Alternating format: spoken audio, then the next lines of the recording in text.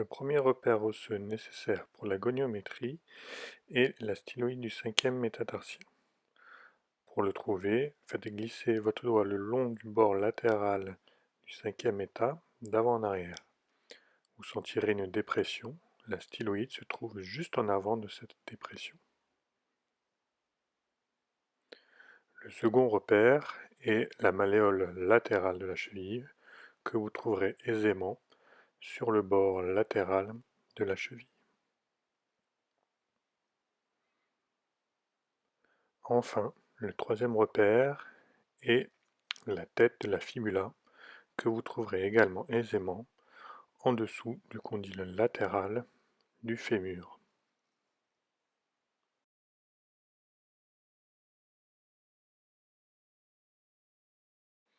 Pour effectuer vos mesures de la cheville, vous devez relever l'angle formé par vos repères anatomiques en position anatomique de référence, c'est-à-dire le pied placé à l'horizontale et la jambe à la verticale.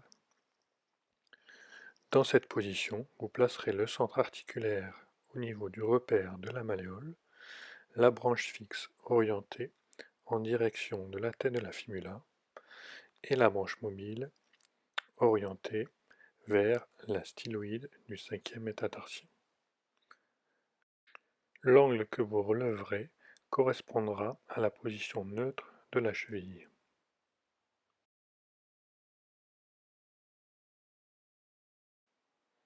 Une fois l'angle de référence évalué, nous pouvons commencer les mesures d'amplitude de la cheville. Pour ce faire, amenez la cheville en position de flexion dorsale maximale en veillant à bien avoir le genou déverrouillé pour la tension des gastrocnémiens.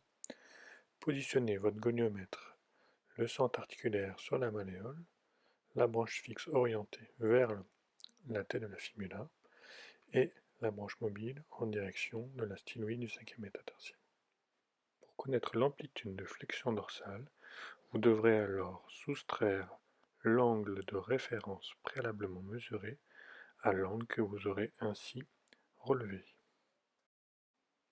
Pour la mesure de l'extension ou flexion plantaire, nous procédons de la même manière. Amenez le pied en position maximale, puis repositionnez le goniomètre en suivant la direction des repères osseux.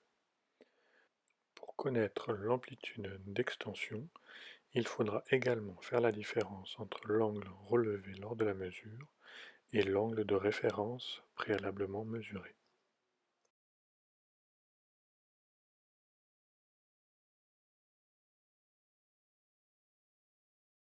Il est également possible de réaliser des mesures de goniométrie de cheville en position décubitus ventral. Il faudra toutefois au préalable avoir noté l'angle de référence comme précédemment. Ensuite, la procédure est la même. Amenez le pied en flexion maximale.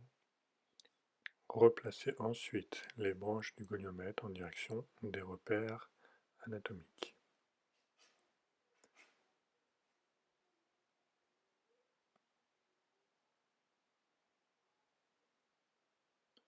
Il est possible d'effectuer cette mesure en demandant la participation active du patient, ce qui augmente généralement l'amplitude mesurée. Pour l'extension, nous procédons de la même manière.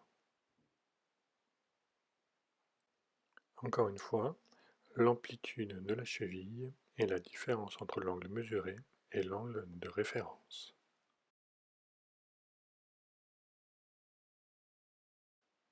Il est également possible d'évaluer les amplitudes de la cheville avec un inclinomètre en position décubitus ventral.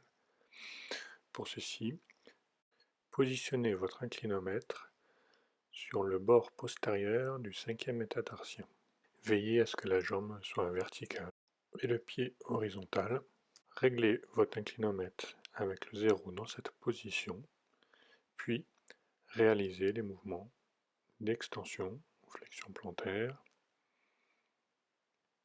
et de flexion dorsale. Vous pouvez également effectuer cette mesure en demandant une participation active du patient.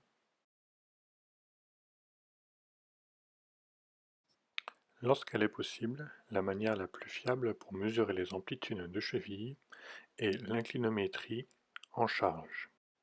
Pour ce faire, placez votre inclinomètre sur la crête tibiale, jambe à la verticale, réglez le zéro dans cette position et demandez à votre patient d'effectuer une flexion maximale de genou.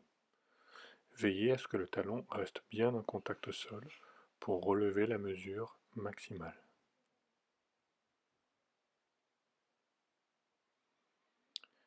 Il est également possible de faire la même démarche en extension. Demandez au patient de reculer sa jambe contralatérale afin d'avoir une extension maximale au niveau de la cheville. Veillez à ce que l'ensemble du pied reste bien en contact avec le sol et relevez la mesure.